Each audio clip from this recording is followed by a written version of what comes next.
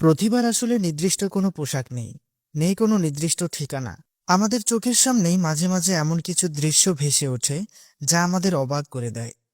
আজ আপনাদের দেখাবো এক মাদ্রাসা ছাত্রের অসাধারণ দক্ষতা, হাতে একটি কিউব আর চোখে মুখে এক অটুট মনোযোগ।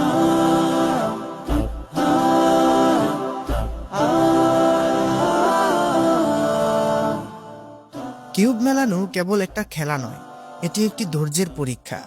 হাজার হাজার কম্বিনেশন, এলোমেলো সব রং, সাধারণ মানুষের কাছে যা কেবল একটি হিজিবিজি খেলনা, এই ছেলেটির কাছে সেটাই একটি চ্যালেঞ্জ। দেখুন কতটা শান্তভাবে সে এটি পর্যবেক্ষণ করছে। তার আঙ্গুলের প্রতিটি নাড়াচাড়া বলে দিচ্ছে সে জানে তার গন্তব্য কোথায়।